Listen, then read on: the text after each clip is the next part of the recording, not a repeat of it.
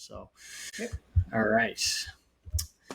All right. Welcome to the Venturesome Show with James Anthony. I am here with my guest, Mike Bolin.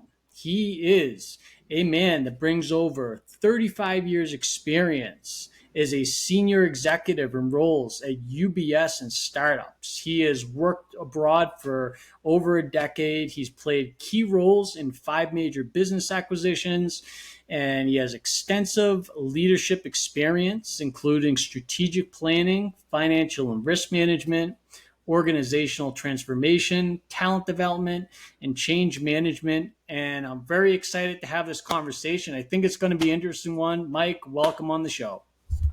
Thanks, James. It's great to be here. I'm looking forward to this, and I think it's a great medium to get out different experiences, different ideas, and share it with people that you generally don't get a chance to do, right? I mean, you meet people one-on-one in groups, but this maybe is a way to kind of just broaden some of the experiences I have and help people in different ways. So it's great. It's great to be here.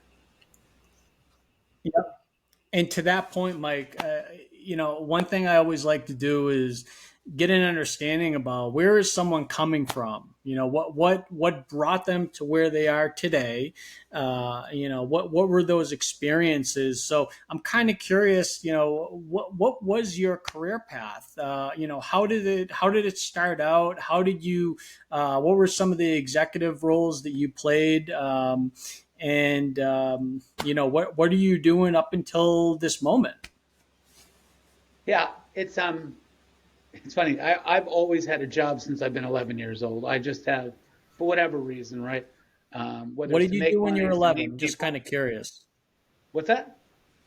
I was a paper boy at 11. What did you do when you were 11?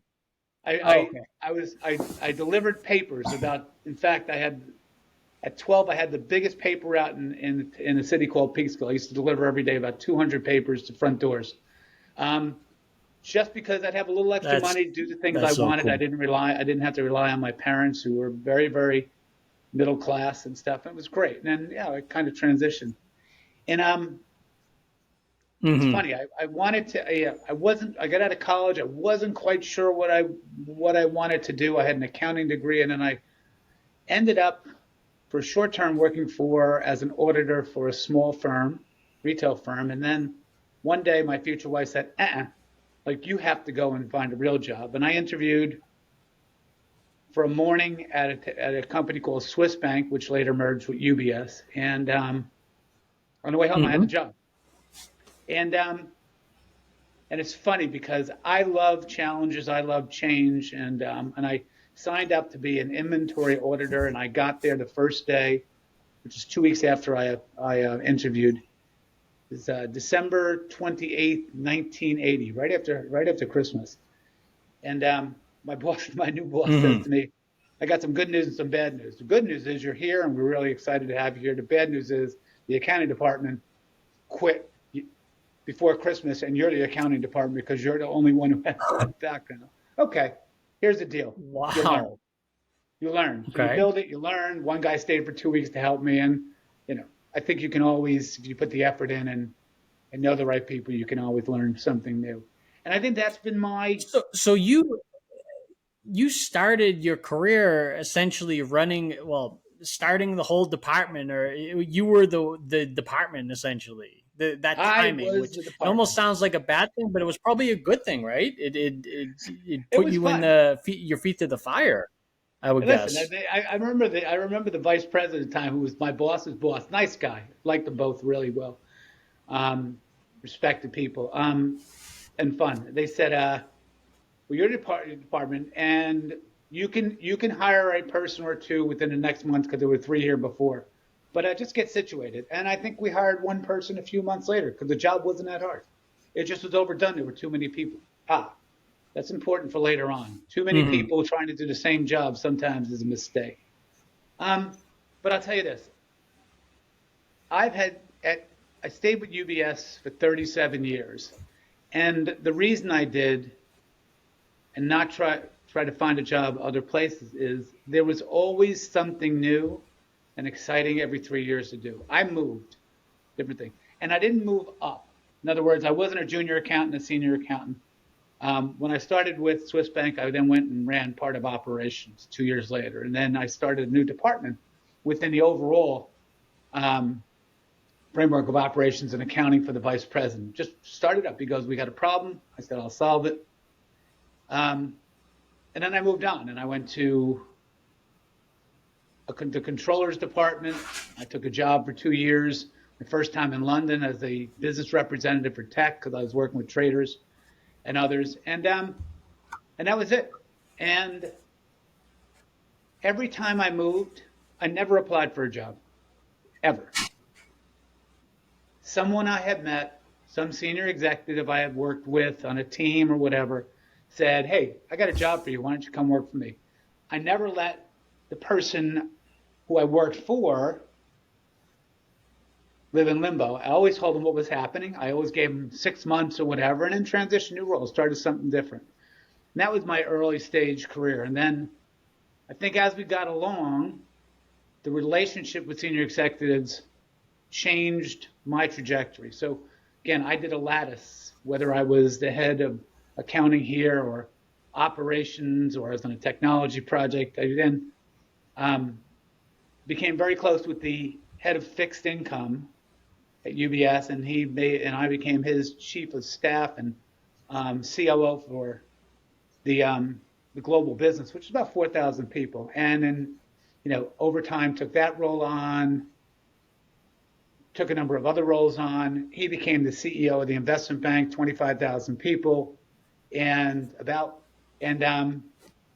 had a bigger job, chief of staff, de facto COO.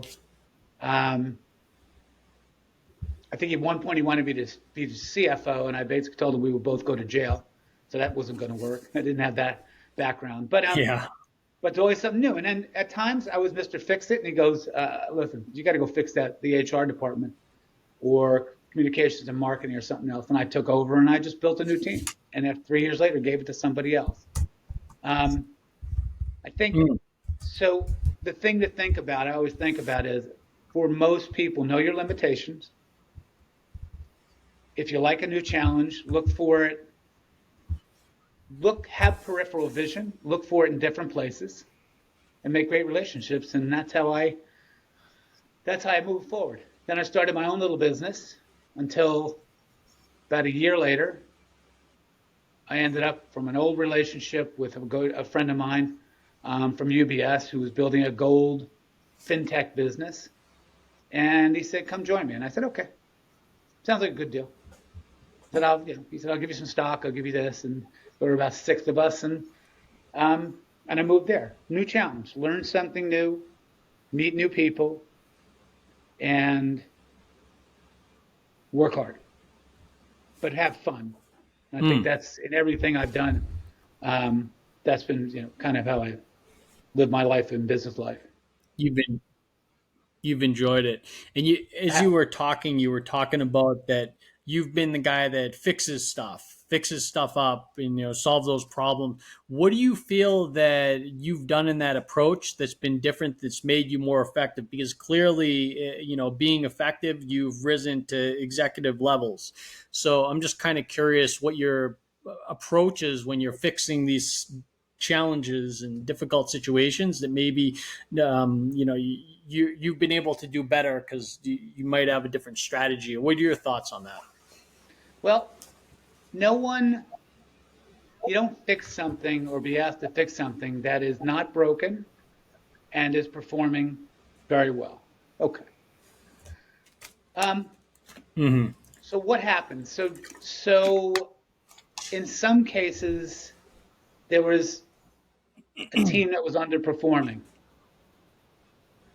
And we're not sure why. So what do you do first? Assess the problem. What is the real problem? It might be just the leader of the team, but no one knows it. It could be the mechanics, how they manage the business collectively, and the leadership team itself. That might be a problem. They might have the wrong people.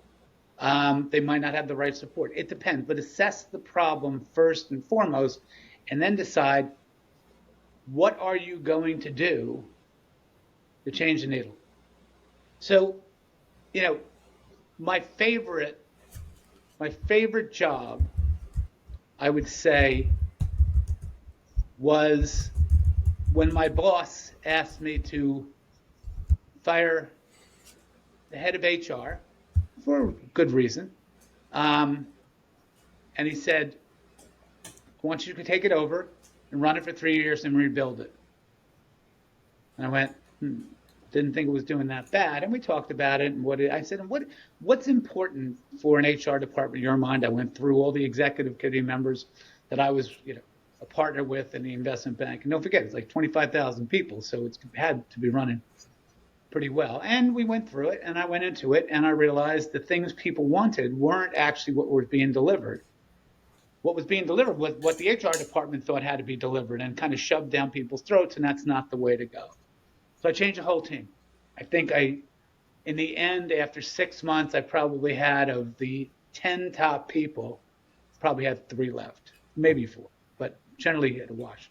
And that filtered all the way down. And we changed the direction of what it did and what it focused on. We went more toward the building people and teams and compensating those who performed in a different way than we had before, which was purely based on how much money you made and who you were aligned to. We stopped that. Took a while. It was a challenge, especially because 2 weeks after he told me to take over HR, he said, by the way, the guy who's running comms and marketing is a nut. Like, you need to take over for him too. I go, well, it just gave me this job over here. He goes, you can do it. You got a good team and stuff. And we did it. But I think that's, for me, when I go into something, like I said, it's assess the problem, assess what it is you want to do. It's sort of like with us when you go to a startup or you look at or you start a business yourself. What am I trying to solve that people haven't seen before in a different way? Is it a service? Is it a product? What is it? Why is it better than things that are out there? And can it compete and can it survive? And I think that's why, with businesses and how I've helped change those different parts of organizations, and even with Gilded, how we did things, which we made a lot of mistakes, but we also made a lot of very, very good decisions. That's it. So that's how I approach it. Mm-hmm. Got it.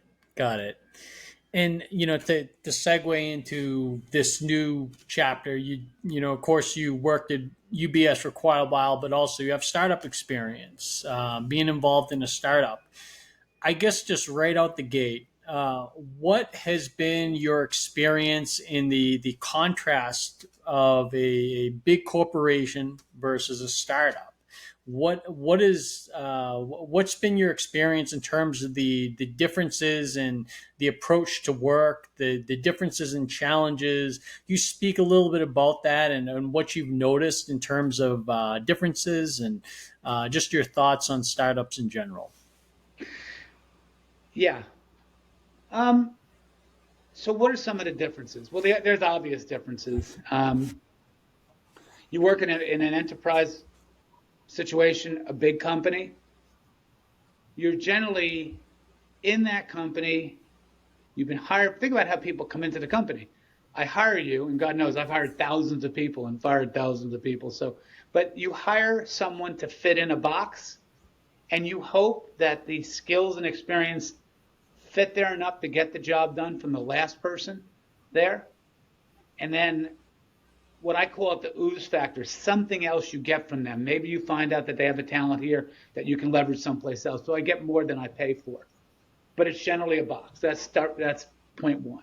Startup's different. Startups, because of what you need to do early on in terms of managing money, building a brand, creating the structure of what the startup is going to do, marketing, all the things that are important. You start small. And so when I joined Gilded, the first thing I said to the CEO is, I will come in. I need to assess whether or not collectively the 7 people that are here have the skills together to get the job done. So does somebody have a legal? Do we have a person who has legal and can they do compliance? Does somebody over here have sales, but also has marketing skills? Someone else, because you can't hire. If you kind of look at a general corporate structure, you have 1, 2, 3, 4, 5, all the different functions, and you have teams. Not like that in a startup. You got to get stuff done. So that's one. I think there's an energy in a startup, right? The energy is there. And there's energy in going into a new job in a big company, but think about going into a situation where not everybody has the same energy as you do. Why is that? They've been there for a while, they got a job, they might think you're going to take their job, blah, blah, blah. But that's not true in a startup. Startup, everybody knows, and they got to work hard, and they work collectively and cohesively, and they make common decisions. Sometimes the CEO has to make the tough decision, but they basically work together better in generally better than you might if you were a newest person in an enterprise. It takes a while. You're always constantly learning in a startup. So you look for people like that too. Why did I go to a startup? I like to learn something new. And I think that's what you look for. And also people also go to a startup maybe for a bit different reasons than you go to a big company. I do career coaching with people, and I ask, what's the most important thing? And a lot of times people who are going to an enterprise situation, a big company, it's because I'm losing my job. I need to make money. I got a family. I need something that's stable and I can count on. I'm going to the work these days. I'm not working on weekends, and that's okay. Perfect fit. Startups are different. You know this, right? You might have to work sometimes 2 a.m., 3 a.m., especially where you live. And I think that's, we're working weekends and we're working 16 hours a day. And like people are going like, Mike, you're kind of, well, we're retired. I go, I never retired. I just left my 37 years of one place of business for other places of business. Got to have the energy. And I think, I think the other last thing is this: you have to have the right type of CEO. Whether you're a head of a new business in a big commercial enterprise or a startup or whatever, the CEO has to have a certain type of mindset and skills and experience, but they have to have a set of capabilities that draw people in and people who want to engage with you in a certain way. And that's critically important. And I see when I do leadership training with people, whether it's a team, whether it's an individual, for business purposes, I can see some of the cracks there. What don't they do well? But it's, for the most part, it's teachable if they want to change. Not everybody wants to change. Not everybody's coachable. And to that point too, obviously not being coachable is bad across the board. Doesn't matter what type of business you're working in or any facet of life, right? But are there different personality types or strengths that one, and we can take even just a high performing person, but are there particular strengths that someone needs to have in a startup that wouldn't work so well or wouldn't be of too much value in corporate, and vice versa? Are there specific strengths that you have to cultivate in that startup to succeed that in corporate it just wouldn't matter as much? What are your thoughts on the differences in terms of the abilities and skill sets that one has to have, the mentality at the very least, that one would be shocked transitioning from one to the other, going, oh, this worked really well in the corporate world. It's not as effective now that I'm doing startups, or vice versa. What are your thoughts on that? It's a great question. Well, for one, you can't have as big a head as you have in corporate in a startup. So, I watch new businesses get grown in a big company, in the investment bank, and the guy we hire, whoever we in there, comes in, thinks they know everything, and they dictate, so they don't listen as well. I think that's one. Two, they generally also hire the people who they're comfortable with. So you get the same old stuff. You might hire a person from another place or from another part of the organization, but they're going to build almost the same way they did. That's not a startup mentality.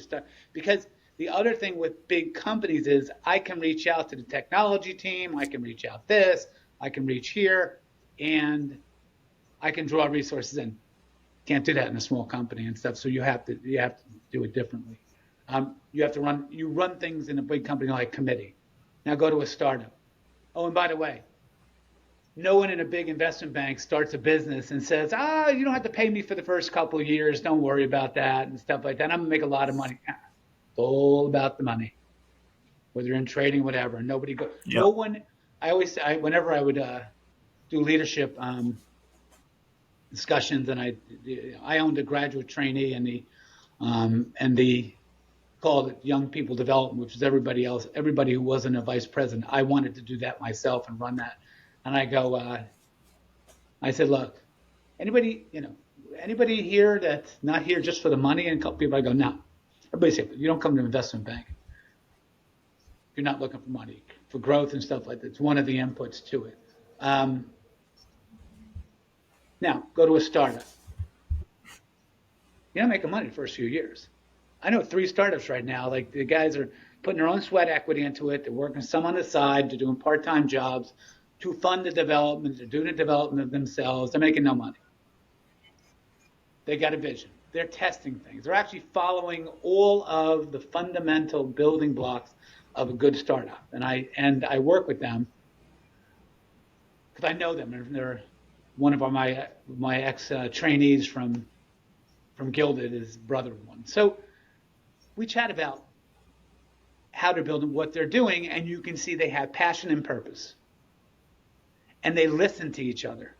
There's only 3 of them. So again, they have to do everything. One guy's got to do this, and they kind of do their own research and stuff. I don't have to call on big company stuff. And nobody has a big head. Nobody in that group of 3 is more important than the other. They know their roles, they get together, and they're doing it virtually, which, COVID really set a lot of startups back, including the one I'm with now. Being in an office is better. But anyway, I think for me, now looking at other startups and have failed,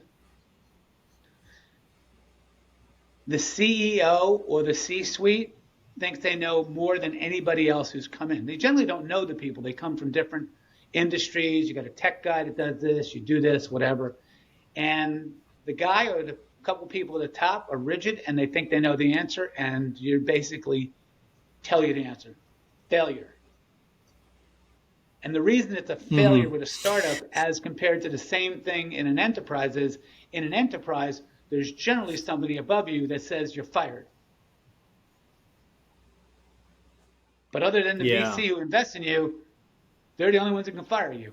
I mean, the team could basically walk out, but that's it. So to me, when I look at things to start, leverage who you have, listen. Don't think you know all the answers because you don't know all the questions. And have humility. I got it wrong. Okay, let's go back. Good. And by the way, and communicate widely, especially if you're a virtual thing. You have to communicate with people and let them know what's going on and be honest about it. And if you do those things, you fail. You don't fail. How do you think, in terms of strategy, when it comes to communication, how do people typically fail, especially in remote? Because that's a big thing right now. More and more of the world's going to remote, and there's this pushback to it. But it just seems like this is going to be the future. But clearly there's some people just not following these best practices and getting smoked from it. So Yeah. what are your tips on how to approach communication in these remote environments, and what do people do incorrectly that they should pay mind to?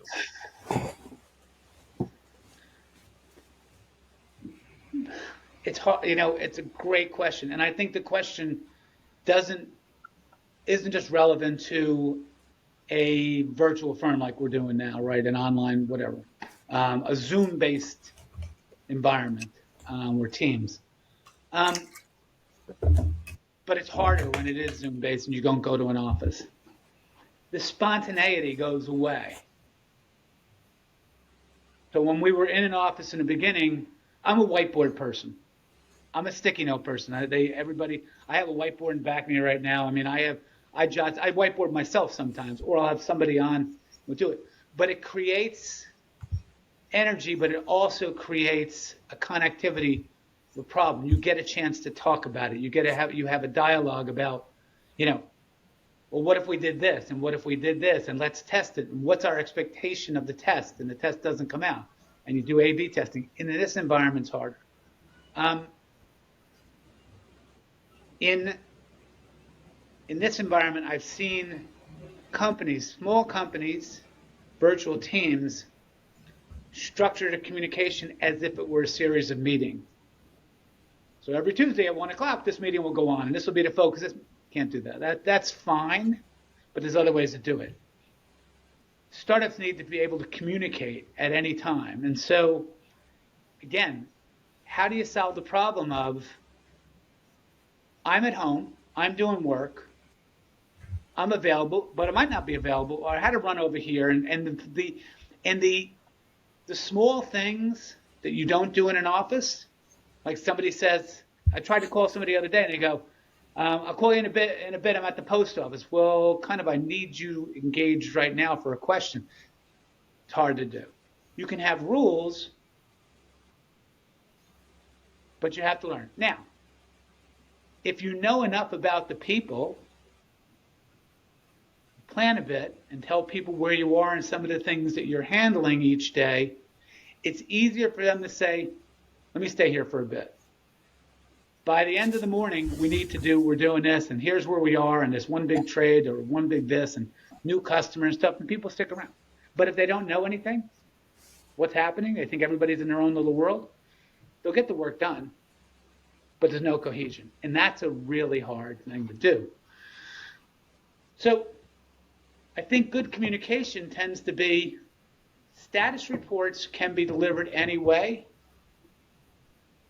but picking up the video and calling people out of the blue and just having a chat, what's going on, starts to create that connectivity. I don't have to have an agenda. I have to be connected, because it's what I do in the office. I say, hey, Joe, come on here, let's chat about this thing. Okay. And they're available. If they're not available, I can see that. And they'll say, give me 5 minutes. Okay, you can come close enough to that if you communicate with everybody. But if you only communicate with a few people, okay, these are the senior people, they're the only one. It doesn't work. That's hard. But I can tell you this. One of the startups I was working with before I joined Gilded, great company. Everybody's in this. I go down to Brooklyn. They're in this office. They're all typing away. There's 2 offices here, and I went to visit the CEO, and I guess the other guy was the co-CEO at the time, but really I knew one guy. He asked me to come down, and we're chatting, and the door over here, I was in like 2 hours, and the door on the other side never opened. I go, wow, that guy's really busy. He goes, no, he likes the door closed. I go, now. So I started saying, I go, wow. Like, do you guys do a lot of things, go out for a drink together or here, kind of get everybody together and celebrate successes? And his answer to me was, look, me and my partner, we're always talking to clients. We're always going out on the road and stuff like that. We really don't have a lot of time for that. They talk amongst themselves. And I said, well, how do they know what's going on? And his answer, even though he didn't say it, was, well, they'll have a job to do. They know what their job is. No. They're in a startup. Treat everybody like a partner. It's a partner. Because inevitably, you probably will give everybody equity. So celebrate successes. declare failures and how you're never going to fail again. Those things bind people together. The boss makes mistakes, so does other people. Don't blame people to make a mistake here, and everybody else knows, oh, the boss made a mistake. Have humility.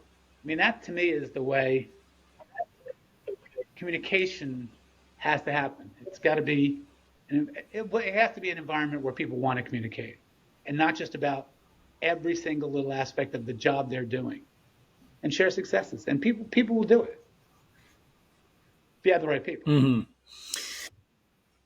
Yeah, because I've certainly seen situations, even in smaller organizations, where there's already a buffer of communication between certain people, and you clearly can't have that if you have 10 people on a team or 20 people on a team. You have to have some level of communication. The executive can't be unreachable by, in a small team. And for whatever reason, I don't know why people do that. It doesn't seem to make sense. But I think it's clearly a valuable. matter of time and for some people importance. Look, I'll give you the example in the company I'm in now. They tried to set up an executive committee. Now we made it. I tell you what. I'll tell you the other thing about startups, which is interesting, and we're a good case study for this. We're a fintech. And we're hiring people, and I said to the CEO, we're not a fintech, we're a fintech.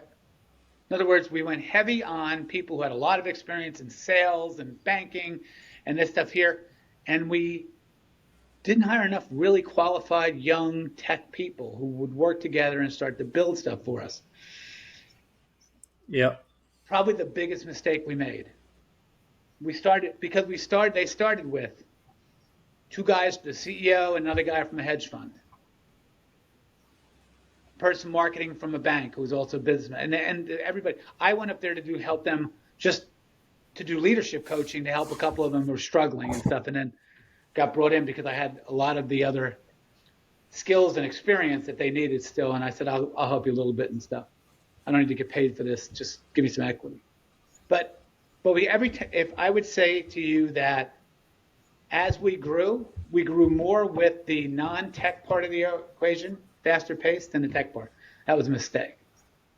So bad choices. Stuff. Do you think that's just because it seems like what people know they're comfortable with and they naturally gravitate toward, but that's usually not the best strategy for a company. It seems like if people don't know things, they almost avoid it, or they're like they don't even want to. Even an executive, don't want to interact with that part of that company because they don't feel comfortable with it, but it might be an essential key part. So do you feel like that kind of went on, or what's your thoughts on that? Yeah. And you know why that is? And again, with our company, other companies, but we hired a lot of people who wanted a job, sort of like an enterprise hiring. They want a job. They want to get paid a salary. They want a competitive salary. That's not startup world. You look for young people who are motivated and want to grow with the company. You give them a piece of the pie. My niece worked at Coinbase. She started in there. She made a lot of money in the beginning, but she was there early on and she stayed there a long time and worked for some very senior people and did phenomenally well because she was young and she worked, 18 hours a day and lived in San Francisco. Commitment. She was willing to give that up for the vision of where it was going.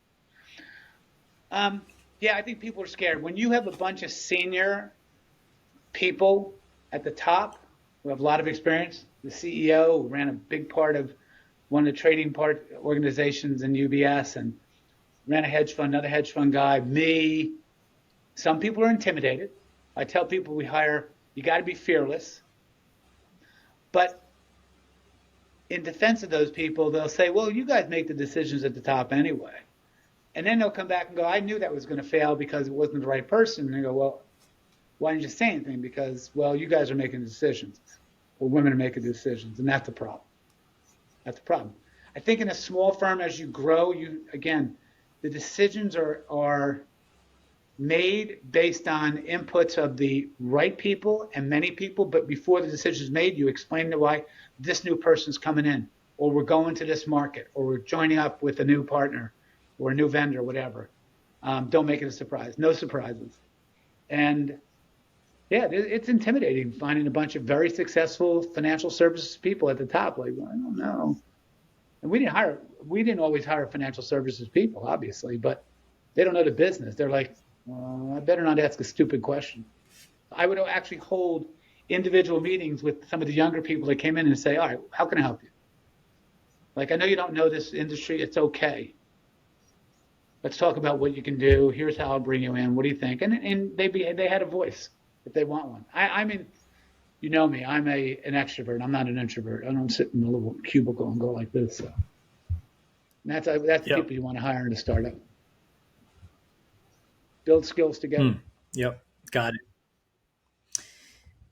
So in another part too, you're talking about, some of these issues that were just too much, separation between the executive team and everyone. And in terms of also maybe that played into the adaptability of the business and being able to make decisions and understanding things quicker.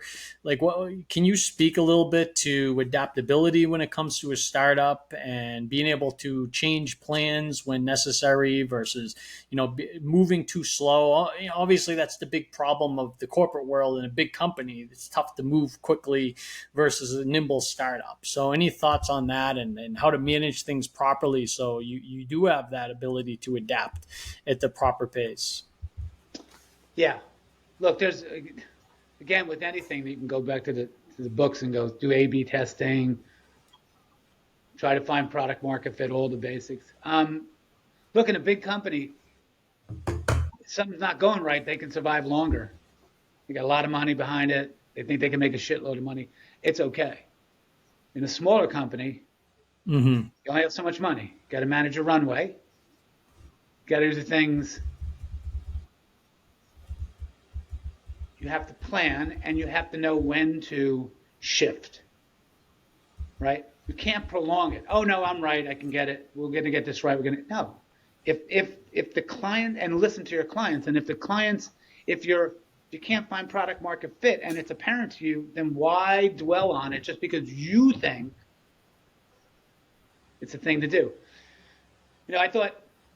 I think the gilded basic purpose makes sense.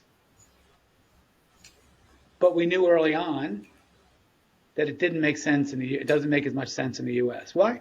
People don't think it's gold other than ETFs as an investment. Gold's a heavy metal. Now, in different countries, there's a different reason why people hold gold. But here, I got like, how many different things can I invest in? So, but we hired U.S. salespeople who were here in the U.S. and we didn't go very far. In fact, we went nowhere. But we kept trying and trying and trying, even though we knew the answer, what the answer was. And maybe once in a while you find somebody who likes gold, but that's it. So you move on, but we didn't move on. And I think that's true with other companies. I also said it, not just things like the business, the agility of the business model itself. Sometimes, again, it goes back to people and the agility of the people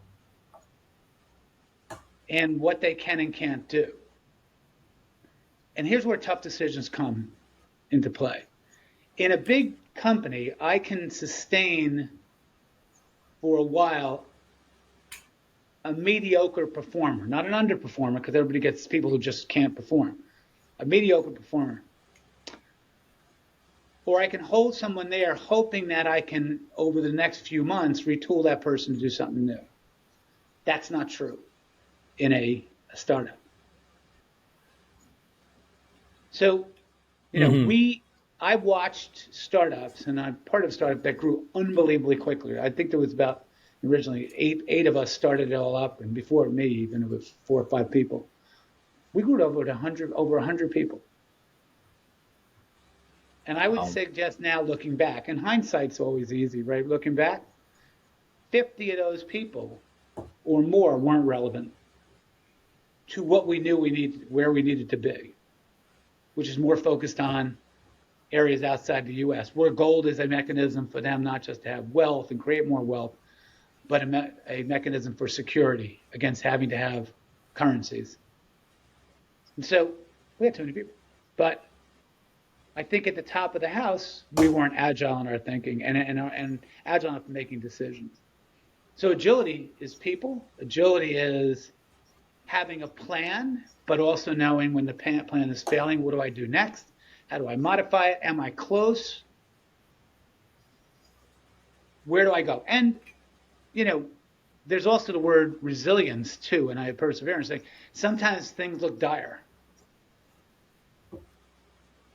but maybe there's still a chance. And if you still can manage your runway and have the money to do it, then you can succeed. But it's not easy. Not easy. And I gave you an example. We went from the 8 people, then we topped up here to 100, and now I think we're about 11. And only a few people, a couple of the partners and stuff, or we call them partners. They're just the originally investors and people. I learned a new word. Partner means you don't get paid. I see. But, so you're a small team now. Again, maybe that's the right answer. Maybe the group will figure out how do you move forward. Mm-hmm. Yeah, I mean, but look, of course, with that lesson, I always say this. People that I'm just gonna say, I always say this: you got to have a playbook, and everybody on the team should know the playbook and should see how they factor in. A football team, a soccer team has a playbook. Everybody's here. They do certain things a certain way, but everybody knows what the goal is. Everybody knows how they participate. And you don't need 50 people on a football team. You need your reserves, you need your quality people, and that's it. But everybody has a place. You have 100 people, you don't know where all those places are in a startup. So small is better. Yep. Got it. And, I'm sure it just bogs down dealing with those people that aren't ultimately contributing like the core team. So just slowing everything down altogether, even though there's more people in a way. Yep. So, yeah. So awesome. And what, now, as we were talking, one thing that you mentioned, and this is something I want to talk to you about, is your experience with business coaching. And, because clearly, there's lessons to be learned, in no matter where, startup, an enterprise, mid-sized company, doesn't matter where, there's coaching to help a person get to that next level and be able to succeed with the goals that they have for their career. So I'm kind of curious, why business coach? Why did you get involved in that? Where does that come from? And, what's your approach and philosophy? So, I think of business coaching, the words business coaching to me actually kind of can be put into 3 different mechanisms for helping people succeed. One is coaching a group of people or individuals in how to bring their business forward. What do you do? What are you doing now? It's kind of like looking. It's a reflective process. You look in and you help them be better in building their business. And it could be anything. Are they in the right markets? It depends who it is. One of my partners in the business I'm starting up now, with both of them actually ran very, very successful global businesses from local businesses. So they really understand what it took, how to assess failure, how to be agile. Then you have leadership coaching, which is usually individual or a team, and it's more about why are they not being as effective as a team or an individual themselves. So business, why is it the business not performing? Let's look at it. Let's go into it and stuff, sort of like consulting. Leadership coaching is more about the effectiveness of, like I said, of the individual or the individuals. And I did a lot of that in UBS. In fact, one of the jobs I had was one that they call global transformation. We had a accounting and finance function, which one of my closest friends ran. He was CFO, and one day he came in, he goes, look, you got to help me here. I'm like, come work for me. He said, this is 3,500 people worldwide.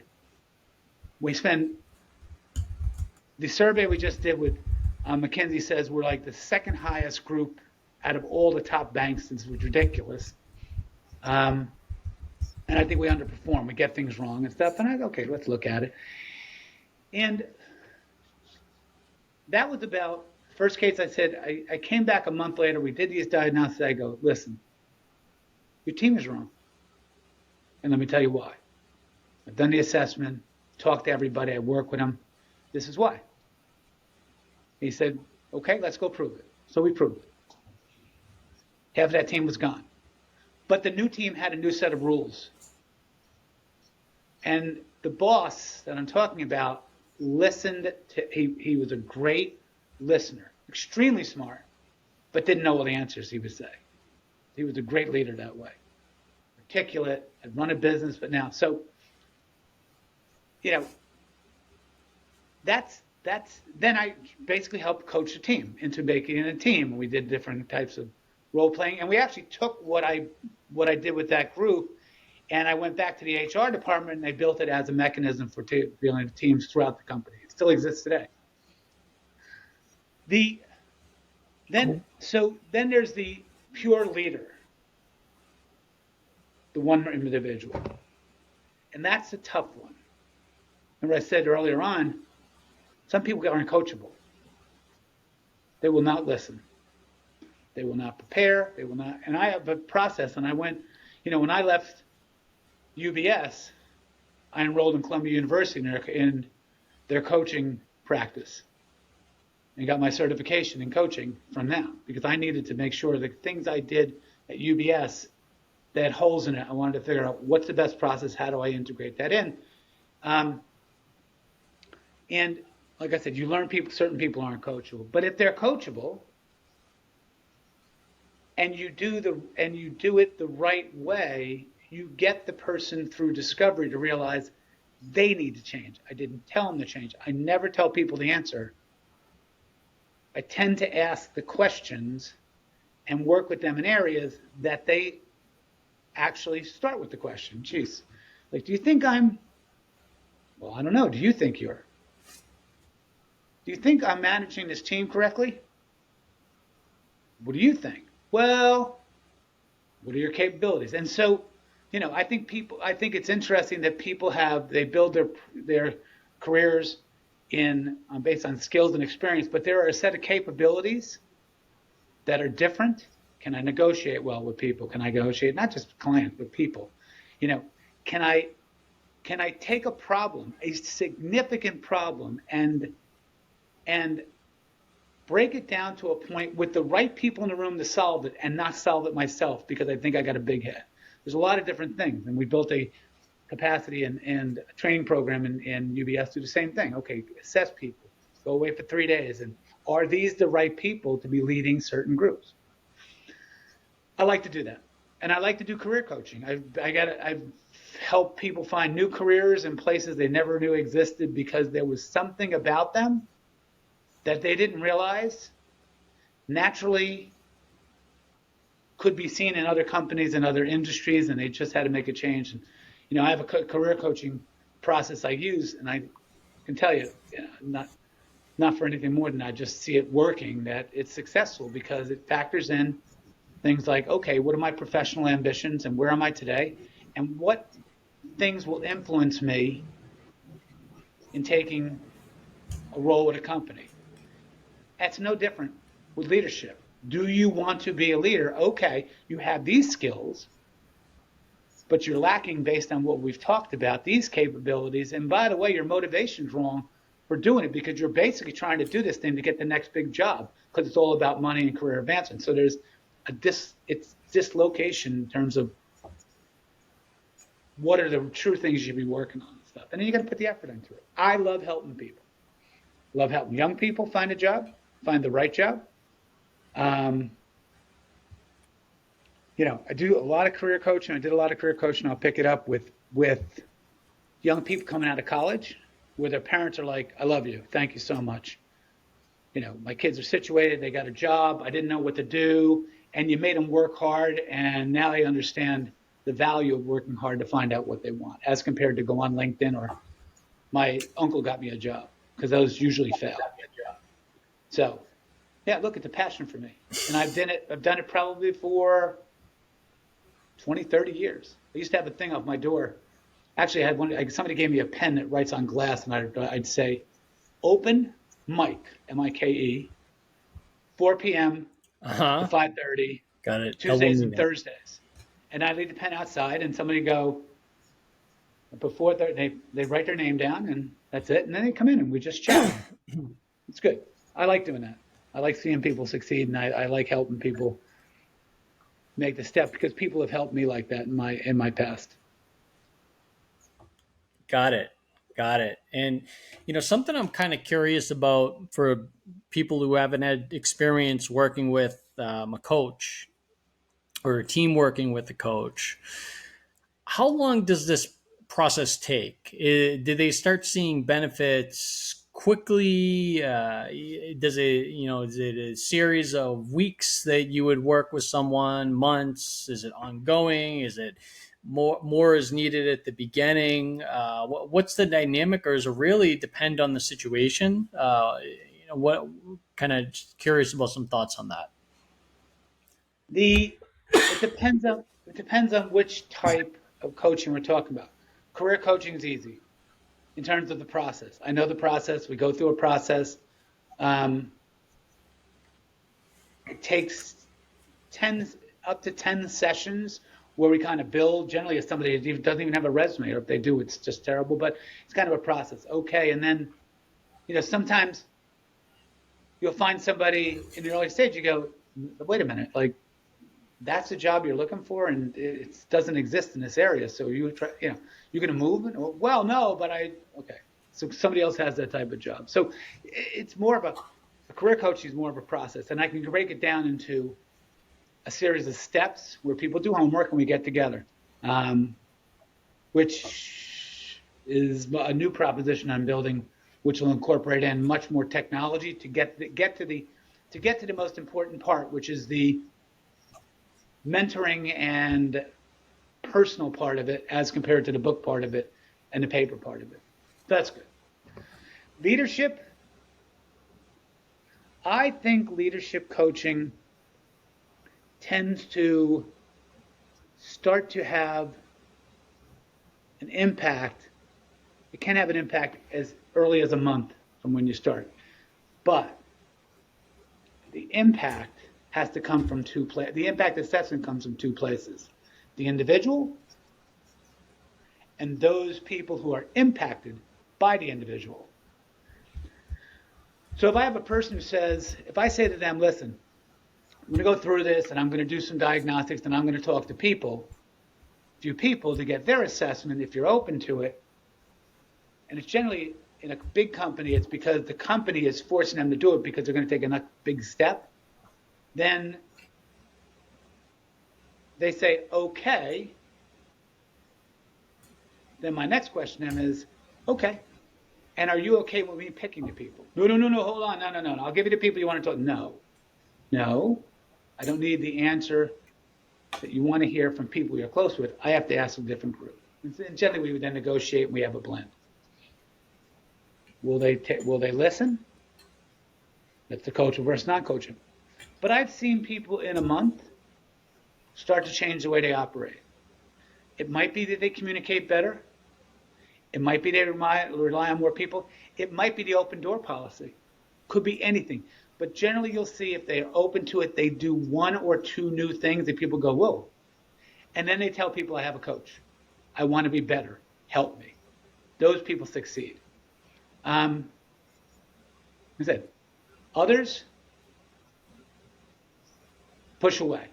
They don't like it. And so that's leadership coaching, career coaching. Team coaching,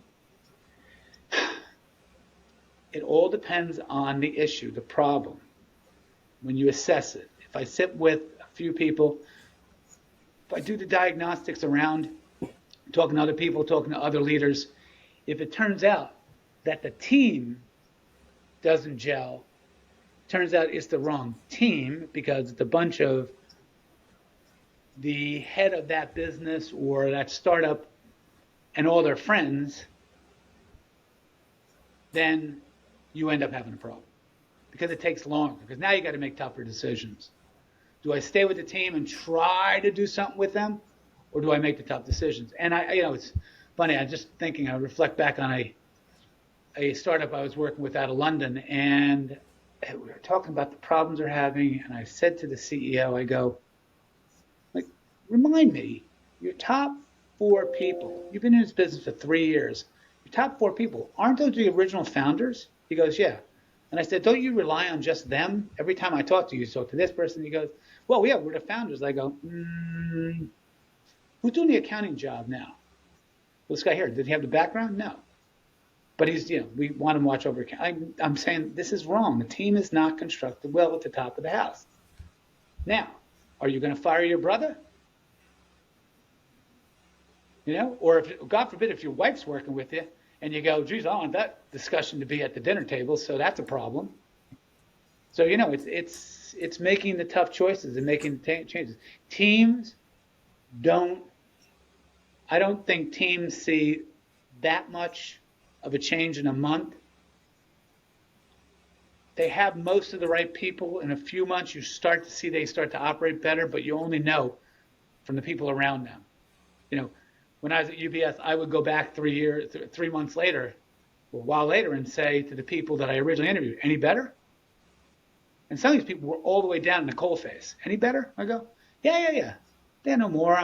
Some new things going on here, and I'm getting a chance to go through some development exercises with HR, and before that they weren't letting me, and that's important to me. I'm building new skills so I can help the team. That's a good environment.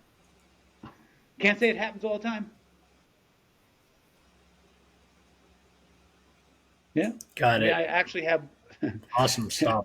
I was doing coaching for one business, and because I knew the guy who was the CEO of that division, and he had asked me, go coaching, what do you think? I go, you got to get rid of that guy. Like, he is the worst leader in the world. He may be the smartest guy in his business, but I'm going to tell you something.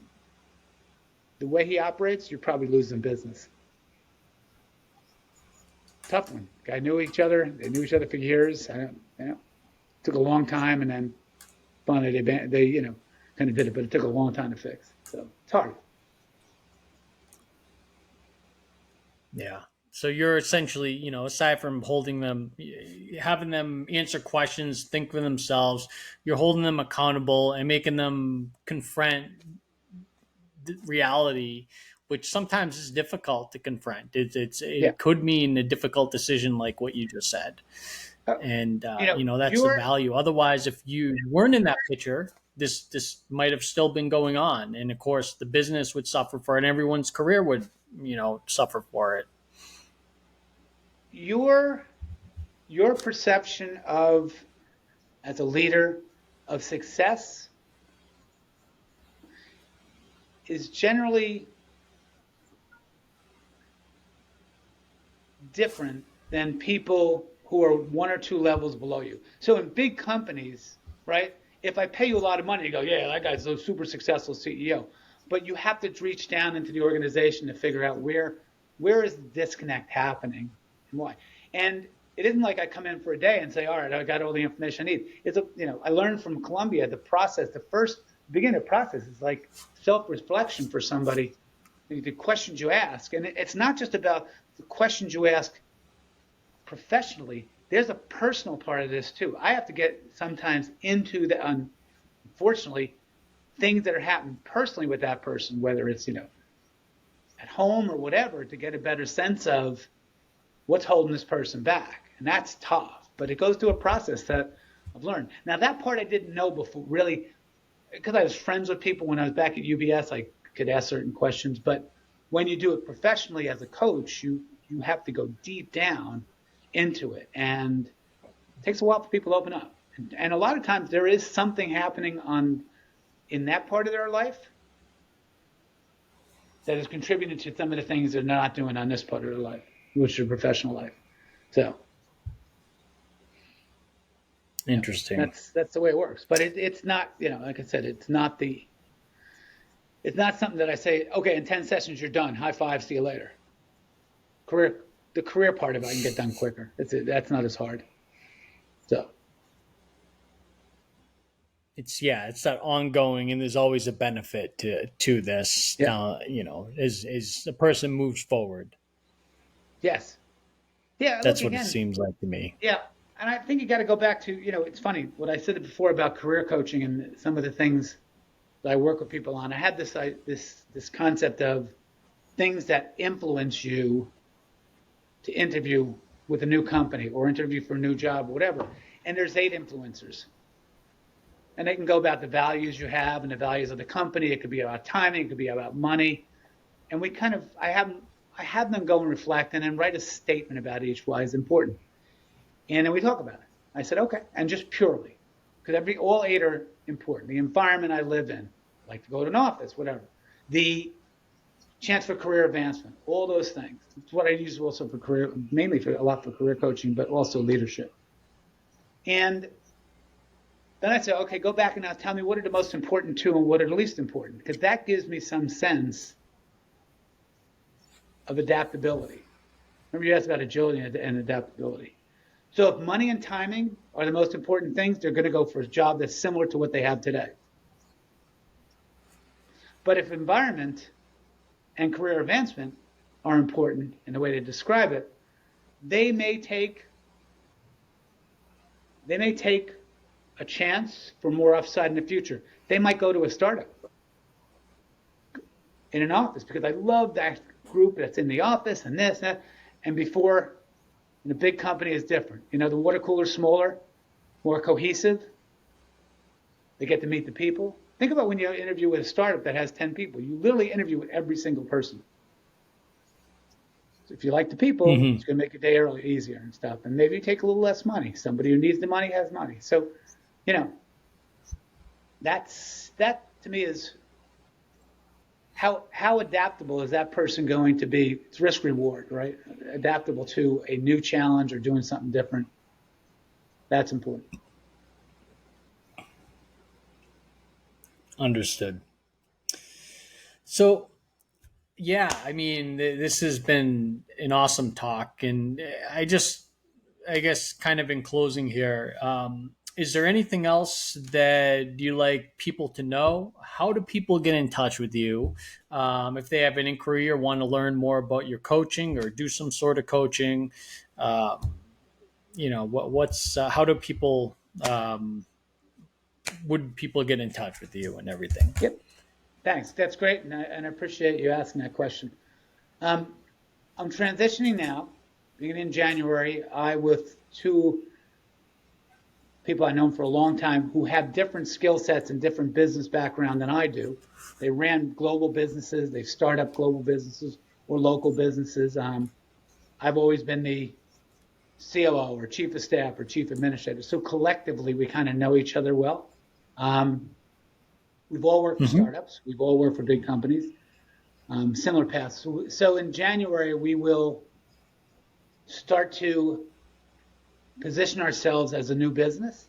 Now, I had a coaching business before called Growth Advisors, but that was more about individual coaching, and we're going to expand it into something more than that. We have to discuss still what is our purpose. Again, all the good things start us. That, how much money are we willing to invest? What are we trying to solve for? What is it that is going to make this service help people in a way they haven't seen before? Whether it's speed to get someplace, whether it's more efficient, whether it's dialogue with people that are going to help them, interviewing techniques, things people forget. So we'll start that up. You can go to my LinkedIn and follow me. I'll start to publish things. We'll link it in the video as well. What's that? We'll link it in the video too, so anyone that's seeing this can get it. Yep. Perfect. And then, again, you can come to me. You can ask me for help. If it's a career coaching opportunity, we can start that now. Business coaching, I want to get the couple other guys together. By the end of January, we'll be live. There'll be a website to go to. You can basically vote for a consultation. We can talk, whether or not it's, depending on where we are, we do things physically, meet up, or do things virtual like this. Right now, it'll probably be virtual, but we have people in different places and stuff. Then we'll do business coaching. And we'll do leadership coaching, team coaching, and we'll do career coaching. And career coaching is not just kids getting out of college. It's people who are aspirational, starting to think about where do I go in the next couple of years. So we'll inevitably develop a platform which will integrate different types of technology to help you go through this path I usually do more efficiently, but get to the points where the visual, talking to people, becomes important at certain times. Won't cost a lot, but it'll be very valuable. And it's, you know, I've kind of, my whiteboard back here has all the steps I go through today over a 10-week session for career coaching that works. But I go talking to even like people like you, James, like, well, there's a platform out there that can do that. Okay, integrate, build, personal. Focus on the most important things that people have the hardest time doing, like interviewing techniques. How do you interview? Because I always tell people this. The company interviews you based on your professional qualifications. You have to interview the company based on the most important things that will influence you to be happy in that role and sustain yourself and your career. You know, if you join a company and 2 months later you're miserable, bad choice. So that's it. So yeah, follow me on LinkedIn. I'll inevitably have an Instagram page.